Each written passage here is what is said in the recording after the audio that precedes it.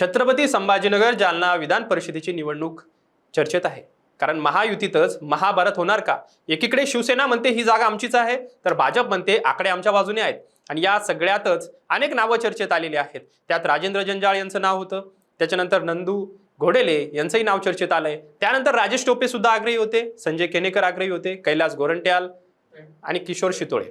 पण शेवटच्या क्षणी तिकीट कोणाला मिळणार आणि कोणाच्या उमेदवारीवर महायुतीत स्फोट होऊ शकतो, आज आपण हा सगळा राजकीय गणिताचा खेळ समजून घेणार आहोत आजच्या या व्हिडिओच्या माध्यमातून। नमस्कार, मी आपल्या सर्वांचा मित्र अक्षय ताटे आणि आपण बघतायत सत्य पे सत्ता।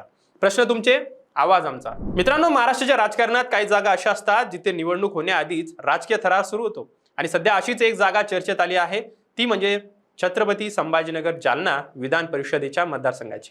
ही जागा तशी पारंपरिकरित्या शिवसेनेचा प्रभाव असलेली मानली जाते, शिवसेनेचा बालेकिल्ला मानली जाते, कारण इथे ठाकरे गटाचे आमदार अंबादास दानवे या भागातून निवडून आले होते। शिवसेना जेव्हा एक होती तेव्हा या भागातून मजबूत नेतृत्व म्हणून त्यांनी आपलं कर्तृत्व दाखवलंच होतं। स्थानिक पातळीवर संघटना, शिवसैनिकांचा संपर्क आणि मतदारसंघावरची पकड यामुळे शिवसेना ही जी आहे ती आपली ताकद मानलेली ही जागा आहे। पण आता परिस्थिती पूर्ण बदलली आहे। शिवसेनेच्या विभाजनानंतर शिंदे सेनेने सुद्धा दावा केलाय, परंतु महायुतीमध्ये भाजप सर्वात मोठा पक्ष इथे ठरलाय। स्थानिक स्वराज्य संस्थांमधील सदस्य संख्या जर बघितली तर जवळपास 600 पदांपैकी 280 मतदान हे भाजपकडे असल्याचं बोललं जातंय। आणि राजकारणात एक नियम असतो, ज्याच्याकडे आकडे त्याच्याकडेच आत्मविश्वास आणि तिकीट, म्हणून भाजप ही जागा सहजपणे शिवसेनेला सोडेल अशी शक्यता कमी मानली जाते। आता इथूनच सुरू होतो खरा संघर्ष। शिंदे गटाकडून या जागेवर जोरदार दावा केला जातोय, कारण छत्रपती संभाजीनगरमध्ये पालकमंत्री संजय शिरसाट यांचा प्रभाव मोठा आहे। त्यांच्या निकटवर्तीय म्हणून नंदू घोडेले यांचं नाव चर्चेत आलंय, तर दुसरीकडे उपमहापौर राजेंद्र जंजाळ यांनी ही तयारी सुरू केल्याचं बोललं जाते। पण राजकारणात दोन इच्छुक एकाच जागेसाठी मैदानात आले की संघर्ष होतोच, आणि इथेही तसंच वातावरण दिसतंय। राजेंद्र जंजाळ आणि स्थानिक शिंदे गटातील समीकरण यामुळे अंतर्गत तणाव वाढू शकतो अशी चर्चा आहे। यात आणखीन एक ट्विस्ट म्हणजे सिल्लोडचे नगराध्यक्ष अब्दुल समीर म्हणजे अब्दुल सत्तार यांचे चिरंजीव यांनी हालचाली सुरू केल्याची माहिती समोर येते। म्हणजे शिवसेनेतच अनेक चेहरे मैदानात आहेत, आणि जर ही जागा शिंदे गटाला जर मिळाली तर उमेदवारीवरून मोठा वाद होण्याची शक्यता राजकीय वर्तुळात बोलली जाते। त्यात भाजपने नाशिक आणि छत्रपती संभाजीनगर पर्याय ठेवले आहेत। त्यामुळे नाशिक जिथे कुंभमेळा होणार आहे त्यातच दादा भुसे आग्रही असल्यामुळे नाशिकची जागा शिवसेनेला मिळू शकते, आणि ती मिळण्यासाठी स्वतः शिंदे साहेब आग्रही असतील। आता सगळ्यात मोठा प्रश्न आहे, भाजपने जर ही जागा स्वतःकडे ठेवली तर उमेदवार नेमकं कोण असतील आणि उमेदवारी कोणाला मिळणार? तर सध्या 3 नावं सर्वाधिक चर्चेत आहेत। एक नाव जे राजेश टोपे आहेत त्यांचं नाव चर्चेत होतं, परंतु ते सध्या चर्चेतच राहिले। 3 नावं जी चर्चेत आहेत त्यात संजय केनेकर, कैलास गोरंट्याल आणि किशोर शितोळे हे तिन्ही नावं वेगवेगळ्या राजकीय शैलींची आहेत, आणि म्हणूनच ही निवडणूक आणखीन रंजक बनणार आहे। सर्वात आधी बोलूया संजय केनेकर यांच्याबद्दल। संजय केनेकर हे पक्ष संघटनेत सातत्याने काम करणारे नेते म्हणून ओळखले जातात। ते आक्रमक भाषणांपेक्षा संघटन, संपर्क आणि पक्षातील नातेसंबंध यावर जास्त भर देतात। महत्त्वाचं म्हणजे याआधीही ते आमदार होते आणि नुकतंच त्यांचं तिकीट कापलं गेल्यामुळे या जागेसाठी ते इच्छुक आहेत। म्हणजेच ही अचानक आलेली महत्त्वाकांक्षा नाहीये, ते अनेक वर्षांपासून या संधीच्या प्रतीक्षेत असल्याचं बोललं जातंय। 11 महिनेच त्यांना संधी मिळाली होती, म्हणूनच ते आता आग्रही आहेत। भाजपमध्ये एक गोष्ट खूप महत्त्वाची मानली जाते, पक्षाशी निष्ठा। केनेकर यांच्या बाबत कार्यकर्त्यांमध्ये ही प्रतिमा मजबूत आहे।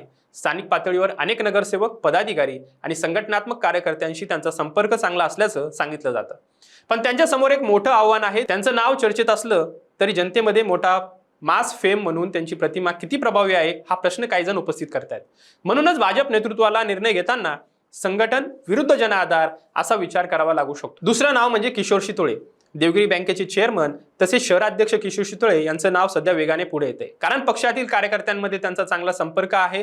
तरुणांमध्ये सुद्धा ते लोकप्रिय आहेत। राजकारणात काही नेते असे असतात जे सोशल मीडियावर कमी पण ग्राउंडवर जास्त मजबूत असतात, आणि शितोळे यांच्या बाबतीत अशीच प्रतिमा तयार झाली आहे। स्थानिक स्तरावर त्यांची पकड, कार्यकर्त्यांशी संवाद आणि निवडणुकीच्या गणितात त्यांची जी प्लॅनिंग असते ती खूप उपयुक्त भाजपला ठरलेली आहे, आणि याचाच विचार निश्चितच भाजप करणार असं मानलं जाते। विशेष म्हणजे विधान परिषद निवडणुकीत आणि स्थानिक स्वराज्य नगरसेवकांच्या निवडणुकीत त्यांनी त्यांचा प्रभाव दाखवून दिलाय। स्थानिक स्वराज्य संस्थांमधील सदस्यांशी थेट संपर्क महत्त्वाचा असतो, आणि तो या निवडणुकीत नेटवर्क म्हणून सर्वात मोठा फॅक्टर असतो, आणि किशोर शितोळे या बाबतीत उजवे ठरल्याचं आपल्याला बघायला मिळते। आणि अचानकपणे गंभीरपणे हे नाव चर्चेत नाही आलंय, त्यांचं संघटन, त्यांचं काम सर्वात महत्त्वाचं आहे। हा प्रश्न असा आहे की भाजप नेतृत्व एवढा मोठा राजकीय धोका घेत नवीन चेहऱ्यावर विश्वास ठेवेल का, की शेवटच्या क्षणी अनुभवी नावाला प्राधान्य देईल? आता सर्वात जास्त चर्चेत असलेलं नाव म्हणजे कैलास गोरंट्याल यांचं. माजी आमदार काँग्रेसचे मधनं नुकतेच भाजपमध्ये गेलेले कैलास गोरंट्याल यांनी जालना महानगरपालिकेत आपला प्रभाव दाखवलेला आहे. गोरंट्याल यांची ओळख आक्रमक, स्पष्टवक्ते आणि जनतेशी थेट संपर्क असलेले नेते आहेत. जालना येथून एकमेव उमेदवारीसाठी नाव असलेलं त्यांचं नाव आहे. त्यांचा राजकीय अनुभव मोठा आहे, त्यामुळे त्यांचं नाव समोर आल्यानंतर राजकीय वर्तुळात अनेकांच्या भुवया सुद्धा उंचवलेल्या आहेत. कारण जर भाजपने त्यांच्यावर डाव खेळला तर निवडणुकीत मोठा राजकीय संदेश सुद्धा जाऊ शकतो. गोरंट्याल यांची शैली ही थेट भिडणारी आहे आणि म्हणूनच विरोधकांवर आक्रमक प्रचार करण्यासाठी ते प्रभावी चेहरा ठरू शकतात. त्याचबरोबर जालना मतदारसंघात सुद्धा त्यांचा प्रभाव असल्यामुळे जालन्यातून त्यांचं नाव चर्चेत येते. स्थानिक समीकरण बदलण्याची ताकदही त्यांच्या नावात असल्याचं बोललं जातंय. पण इथेही भाजप समोर मोठा प्रश्न आहे. गोरंट्याल यांना उमेदवारी दिली तर पक्षातील इतर इच्छुक नाराज होणार का आणि त्यांचा थेट परिणाम महायुतीच्या एकतेवर होईल का? कारण दुसरीकडे आघाडीकडून ठाकरे गटाचे आमदार अंबादास दानवे हेही शांत बसलेले नाहीत. त्यांनीही या मतदारसंघातून उमेदवार देण्याची तयारी सुरू केल्याचं सांगितलं जातंय. आघाडीकडनं ठाकरे गटाला ही जागा मिळणारच आहे आणि इथेच निवडणूक आणखीन धोकादायक बनते. कारण महायुतीमध्ये उमेदवारीवरून नाराजी निर्माण झाली तर त्याचा थेट फायदा ठाकरे गटाला होऊ शकतो. राजकारणात विरोधक कधी जिंकतात माहिती आहे? जेव्हा समोरच्यांच्या घरातच भांडण सुरू असेल तेव्हा. सध्या संभाजीनगर जालना मतदारसंघ हे चित्र दिसतंय. हा मतदारसंघ भाजपकडे जाण्याची शक्यता जास्त आहे. आता सगळ्यांची नजर एका गोष्टीवर असेल, भाजप श्रेष्ठी शेवटच्या क्षणी कोणाला हिरवा कंदील देतात?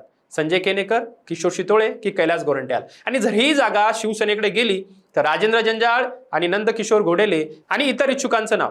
ही निवडणूक फक्त विधान परिषदेची राहिलेली नाही तर ती महायुतीतील ताकदीची टेस्ट बनली आहे. आणि पुढच्या काही दिवसात छत्रपती संभाजीनगर जालना मतदारसंघ महाराष्ट्राच्या राजकारणाचं सर्वात मोठं रणांगण ठरू शकतं. आपल्याला काय वाटतं, कोणाला तिकीट मिळणार? शिवसेनेला मिळेल की भाजपला, की भाजपमध्ये कोणाला? हे नक्की कमेंटमधून तुम्ही कळवा. आणि अशाच महत्त्वपूर्ण माहितीसाठी बघत राहा सत्य पे सत्ता. धन्यवाद. या ॲलर्जीचा फार त्रास होतो. रोजची सर्दी, शिंका, डोळ्यांची जळजळ, नाकातून पाणी. काहीतरी उपाय सांगा हो. डॉक्टर चाटेज होमिओपॅथी क्लिनिक. लगेच भेट, उपचार सुरू कर, महिन्याभरात फरक पडेल. सत्य. संपर्क 9595727107.